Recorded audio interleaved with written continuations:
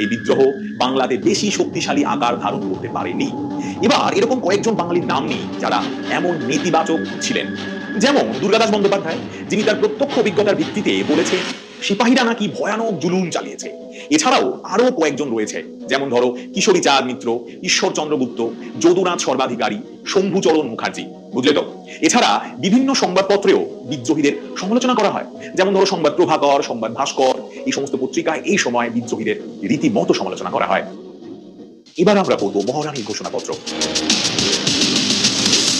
বিদ্রোহ দমনের জন্য তীব্র দমন নীতি গ্রহণ করে সরকার, অর্থাৎ ইংরেজ পক্ষ। বহু নেতাকে হত্যা করা হয় এবং শেষ অবধি বিদ্রোহ থেমে যায়। ব্রিটিশ পার্লামেন্ট 1858 খ্রিস্টাব্দে আইন করে কোম্পানি শাসনের অবসান ঘটায় ও মহারানী ভিক্টোরিয়া ভারতের শাসনভার গ্রহণ করে।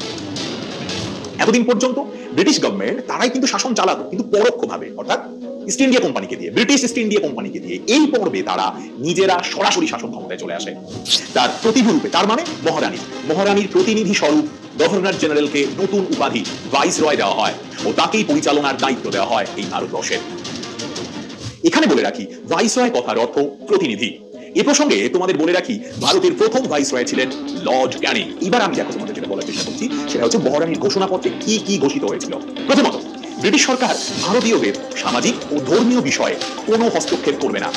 দ্বিতীয়ত, সত্ত্ববিলোপ নীতি বাতিল করা হয়। তোমরা জানো সত্ত্ববিলোপ নীতি কি ছিল, যে কোনো রাজ্যের রাজার যদি পুত্র সন্তান না থাকে, সে কোনো পুত্র সন্তানকে দত্তক নিতে পারবে না এবং এই রাজ্যটি ব্রিটিশরা হস্তগত করে নেবে। এটা ছিল ব্রিটিশদের পুরো ছল, আর কিছু না।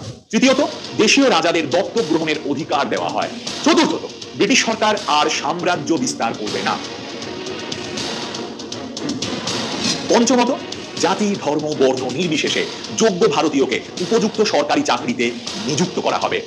ষষ্ঠত, দেশীয় রাজ্যগুলির সাথে কোম্পানির সন্ধি চুক্তি সরকার মেনে নেবে, অর্থাৎ দেশীয় রাজ্যগুলির সাথে যদি কোনো চুক্তি হয় তাহলে সেটা সরকার মেনে নেবে।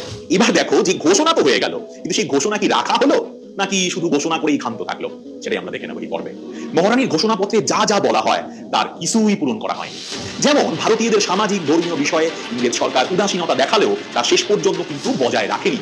আবার সরকারের উচ্চপদস্থ কর্মচারী পদে ভারতবাসীকে নিযুক্ত করা হতো না। তার যোগ্যতা আছে, সেখানে ইংরেজকে নিযুক্ত করছে, কিন্তু কোনো ভারতীয়কে নিযুক্ত করা হতো না।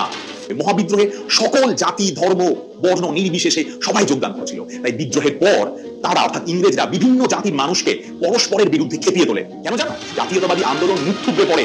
শুরু হয় এই সময় থেকে ইংরেজদের জাতির নামে বজ্জাত খেলা।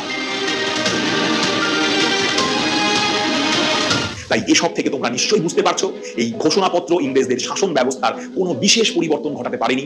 এর দ্বারা শুধুমাত্র